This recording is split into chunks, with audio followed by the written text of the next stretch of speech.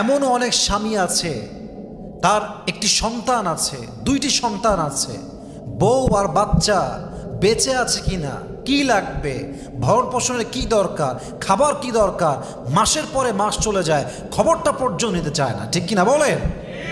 Even অনেক পুরুষ এমন আছে বিয়ে করে প্রবাসে চলে যায়, নতুন বউটাকে রেখে প্রবাসে যায়।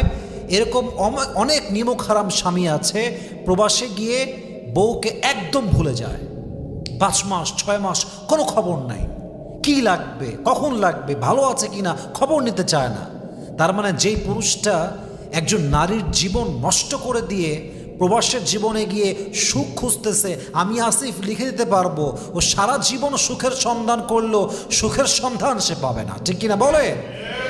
ইররেসপন্সিবল হাজব্যান্ড হওয়া যাবে না। দায়িত্বহীন যেই স্বামী, এই স্বামী কখনোই ভালো স্বামী হইতে পারে না। তবে